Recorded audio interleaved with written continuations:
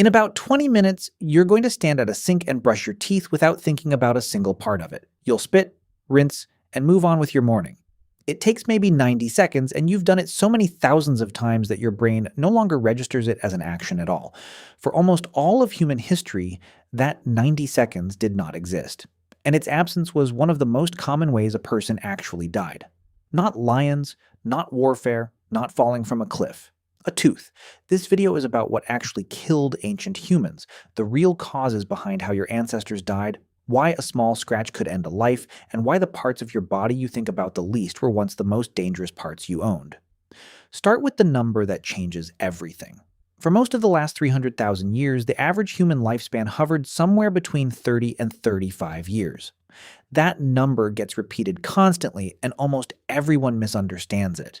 It does not mean people dropped dead at 33 like clockwork. It means huge numbers of infants and children died before the age of 5, dragging the average down hard, while the people who survived childhood often lived into their 60s and 70s. Michael Gurven and Hilliard Kaplan, anthropologists working out of the University of California and the University of New Mexico, published a landmark 2007 analysis comparing mortality across dozens of hunter-gatherer and forager populations. Their finding was blunt. Childhood was the danger zone, not old age. If you made it past 15, your odds of reaching your grandparents' age were far better than modern assumptions suggest. So the question isn't, why did ancient humans die so young? It's what killed them before they got the chance to grow old. And the answer starts somewhere you'd never expect. Your mouth. Before dentistry existed, a cavity wasn't an inconvenience. It was an open door. Clark Spencer Larson, a bioarchaeologist at Ohio State University, has spent decades examining ancient skeletons and found something disturbing hiding in the jawbones. Abscessed teeth, infections at the root, show up constantly in prehistoric remains. And in a world without antibiotics, that infection didn't stay in the mouth. It spread into the jaw, into the bloodstream, into the brain. A cavity could kill you. Sit with that for a second. The thing you rinse away in 90 seconds every morning used to be a loaded weapon pointed at your own skull, but teeth were just the beginning. The bigger killer was smaller than a tooth. It was a cut. Here's the part that reframes everything else in this video. Infection, not injury, was the actual assassin. A hunting accident, a fall, a scrape from tree bark. None of these had to be severe to be fatal. The wound itself rarely killed anyone directly. What killed people was what grew inside the wound afterward, quietly, for days, while nothing existed to stop it. Rebecca Sear, a human life history researcher associated with the London School of Hygiene and Tropical Medicine, has pointed to this same pattern across forager societies studied in the 2000s and 2010s. Minor trauma, followed by fatal secondary infection, was one of the most consistent causes of adult death on record. Not the bite, the bacteria that came after it, which means your ancestors weren't living in constant fear of some dramatic, cinematic death. They were living in fear of Tuesday, a splinter, a blister, a bug bite scratched open in your sleep.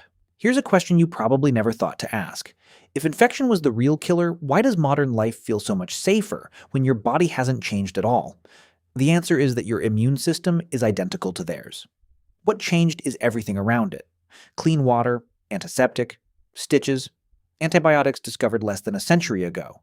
You are not biologically tougher than a person from 50,000 years ago. You are just standing behind a wall they didn't have, which means the fear response you still carry, the flinch when you cut your finger, the instinct to immediately clean a wound, isn't paranoia. It's inherited memory from a world where that same small cut had a real chance of ending you. Something in you still remembers a danger you'll never actually face. Violence mattered too, but probably less than you've been told by movies. Studies of skeletal trauma across prehistoric populations, including work published by researchers examining conflict-era remains in the 1990s and 2000s, show real evidence of interpersonal violence, but it clusters unevenly, spiking hard in some regions and periods and barely appearing in others. Violence was real. It just wasn't the main character. Weather deserves more credit than it gets too. Exposure. Cold nights without adequate shelter, heat without water, storms without warning, quietly ended lives with no drama at all. No predator, no enemy, just a night that got too cold and a body that couldn't recover from it. Now here's something almost nobody connects until it's pointed out directly. Childbirth was arguably the single most dangerous event a young adult woman would ever survive. Full stop, more dangerous than any animal in the region. Without intervention for complications like breech births, hemorrhage, or infection afterward, maternal mortality in ancient populations sat at levels that would be considered a full-blown public health emergency today. Every person alive right now exists because a specific ancestor survived the single most dangerous day of her life. That's not a metaphor, that's arithmetic. So if scratches, teeth, and childbirth did most of the damage, why does caveman killed by saber-toothed tiger dominate the imagination instead? Because it's a better story. Predators are dramatic, infections are boring, and boring doesn't get remembered around a fire, or turned into a museum diorama, or drawn on a cave wall.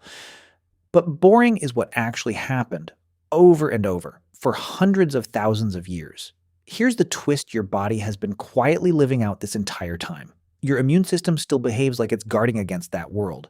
Every time you get a small cut and feel a flicker of alarm before your rational brain calms you down, that's not overreaction. That's an ancient, accurate threat assessment running on hardware built for a world where a scratch really could kill you.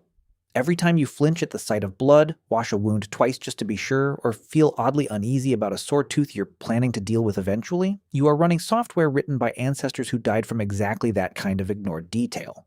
You didn't inherit their fear randomly. You inherited it because the humans who felt it survived, and the humans who shrugged it off often didn't get the chance to pass anything on at all. Which brings this back to your sink 20 minutes from now.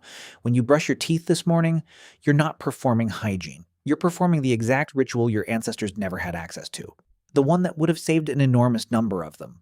90 seconds of rinsing away the thing that used to end lives by the thousands. You'll do it without thinking, the way your ancestors never got the chance to. That sink isn't just a sink. It's the ending to a story that used to go a very different way. And every time you spit, rinse, and walk away without a second thought, you're closing a door that used to be wide open.